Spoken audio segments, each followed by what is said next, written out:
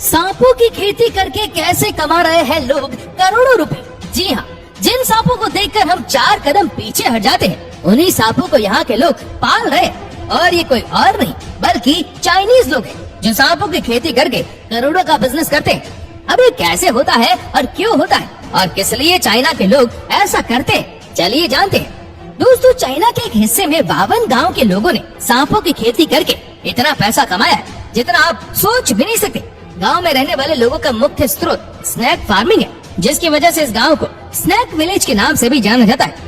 पूरी दुनिया में सांपों की खेती के लिए मशहूर इस गांव में आपको लगभग हर घर में सांपों की खेती करने वाले लोग देखने को मिल जाएंगे। ये लोग घरों में भर भर के सांप रखते हैं। इस गांव की आबादी लगभग 1000 है और यहाँ रहने वाला हर शख्स औसतन करीबन 30,000 सांपों को पालता है। इससे आप अंदाजा लगा सकते हैं कि यहाँ पर हर साल करीब करोड़ों की संख्या में सांपों की खेती की जाती है। अब अगर आप सोच रहे हैं कि यहाँ पर केवल दिखावटी सांप होते हैं जिनके अंदर जहर बिल्कुल भी नहीं होता, ये बहुत बड़ी गलतफहमी है, क्योंकि यहाँ पर पाले जाने वाले सांपों में एक से बढ़कर एक खतरनाक सांप मौजूद है। वे चाहे वो एक टांग से 20 लोगों को ढेर कर देने वाला कोबरा हो या फिर अपने जहर से लोगों को मिनटों में पागल कर देने वाले पाइथन और पाइपर सांप हो।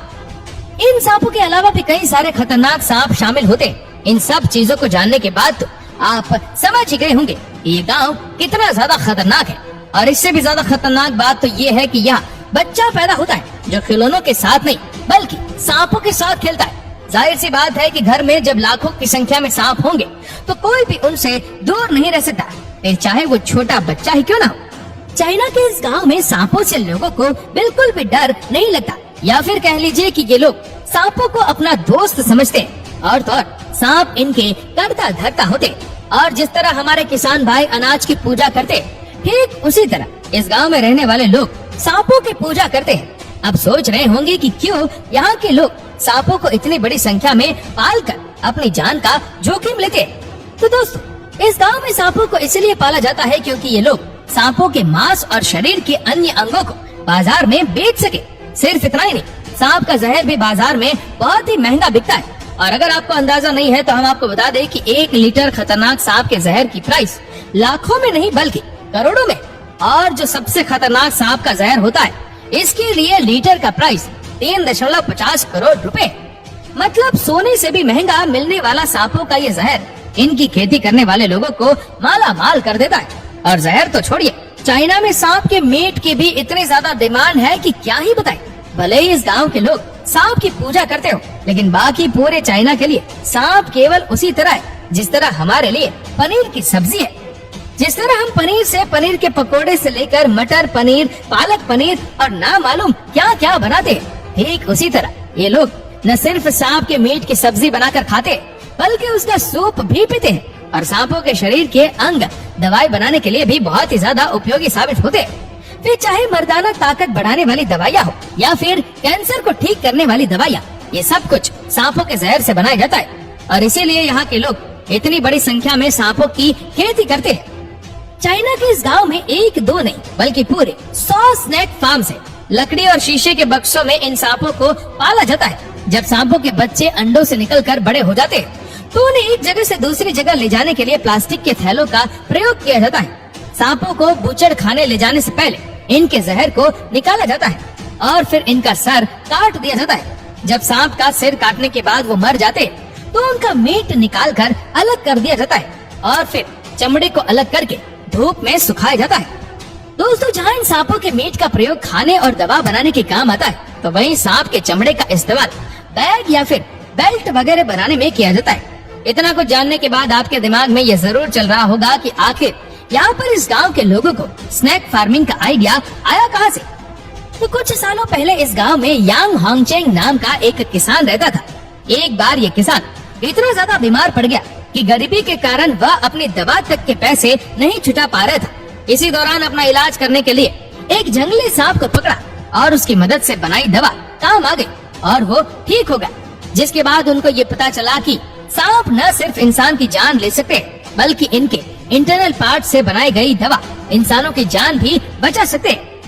इन सारी चीजों को देखते हुए यांग ने सांपों की खेती करनी शुरू कर दी, जिससे इन्हें बहुत ही बड़ा फायदा हुआ।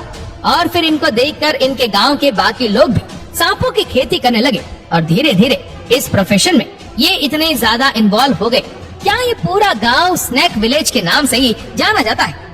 वैसे तो यहाँ के लोग सांपों से नहीं डरते, लेकिन एक सांप है जिससे इन्हें डर लगता है और वो है 5 स्टेप स्नैक। अब सांप के ऐसे नाम के पीछे की वजह बहुत डरावनी है, क्योंकि जिस किसी को भी ये सांप काट लेता है वो केवल 5 कदम ही आगे बढ़ पाता है और फिर उसके बाद इस सांप की मौत हो जाती है। इस सांप की कीमत बाजार में बहुत ही ज्यादा है, क्योंकि इसका जहर बहुत ही ज्यादा तेज है। इस तरह के सांपों को पालने के लिए विशेष तौर पर जिन पेड़ों की जरूरत पड़ती है उन पेड़ों को यहाँ पे उगाया जाता है और इन्हीं पेड़ों पर ये सांप अपनी जिंदगी गुजारते हैं। लेकिन पिछले कुछ समय से कोरोना महामारी के शुरू होने की वजह से जब से ये चीज सामने आई कि इस महामारी के फैलने का बड़ा कारण जानवरों का मीट हो सकता है, तब से चीन की सरकार ने कुछ समय के लिए सभी तरह के जानवरों के मीट बेचने पर पाबंदी लगा दी थी। और जब ये पाबंदी लगी थी तो इस गांव के कई लोग बेरोजगार हो गए, क्योंकि पूरे साल चलने वाले इस महामारी ने लोगों को खाने तक को मोहताज हो गए।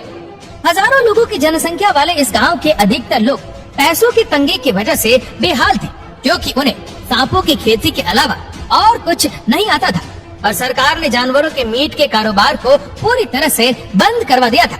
इसलिए ये लोग बहुत ही ज्यादा लाचार हो गए थे।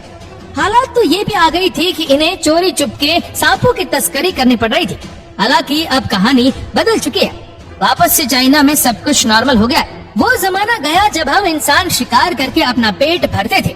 अब हमारे पास ऐसे बहुत से विकल्प हैं जिसमें हम बिना किसी जानवर की जिंदगी को नुकसान पहुंचाए एक अच्छा और स्वस्थ जीवन जी सकते हैं। लेकिन ये बात चाइना के लोगों की मोटी बुद्धि में घुसती ही नहीं है। उन्हें तो दूसरे जानवरों को नुकसान पहुंचा कर ही खुशी मिलती है, फिर चाहे वो कोई दूसरा मासूम सा बेजुबान जानवर ही क्यों ना हो। हम ऐसा बिल्कुल नहीं कहते कि केवल चाइना में ही जानवरों के मांस को बेचा और खरीदा जाता है, क्योंकि हमें ये बात बहुत अच्छे से पता है कि ये कारोबार पूरी दुनिया में और ये हमारे भारत में भी होता है। लेकिन दुनिया में हर जगह जानवरों का सेवन एक सीमित मात्रा में होता है और जानवरों के साथ लोग संवेदनशीलता के साथ पेश आते हैं। लेकिन चाइना के लोग इसे असीमित मात्रा में इस्तेमाल करते हैं और जैसे वो उसको ट्रीट करते हैं, उसी का नतीजा है कि आज हम ये महामारी झेल रहे हैं। क्योंकि अगर ये वायरस चमगादड़ से आए तो दुनिया में इसे फैलाने का सबसे बड़ा जिम्मेदार चाइना ही है।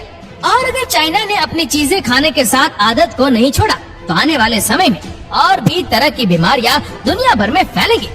तो दोस्तों, कैसा लगा आज का हमारा वीडियो, हमें नीचे कमेंट करके जरूर बताएगा। और अगर आपको वीडियो अच्छा लगा हो तो वीडियो को लाइक करेगा, शेयर करेगा ज्यादा से ज्यादा लोगों तक। और ऐसे ही और भी इंटरेस्टिंग वीडियोस के लिए फॉलो करें हमारे पेज को। और ऐसे ही और भी वीडियोस को यूट्यूब पर देखने के लिए नीचे कमेंट सेक्शन में लिंक दी गई है, जिसके ऊपर क्लिक करके हमारे चैनल को आप सब्सक्राइब करें और बेल आइकन दबाएं, ताकि हमारे हर लेटेस्ट वीडियो की अपडेट्स आपको मिलेगी सबसे पहले। धन्यवाद।